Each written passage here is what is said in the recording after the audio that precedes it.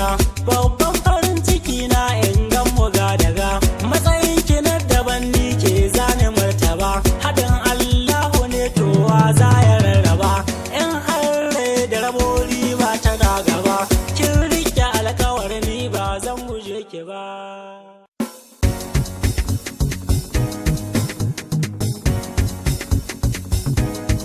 So da ƙauna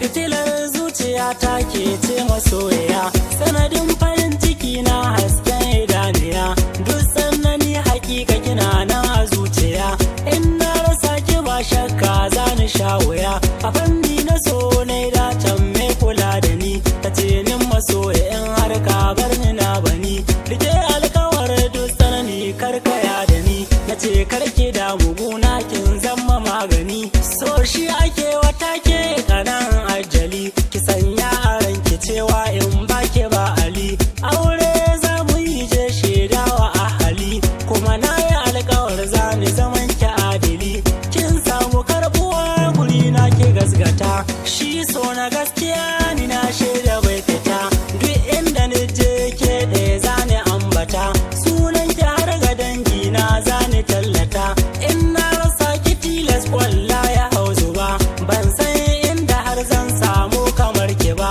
murad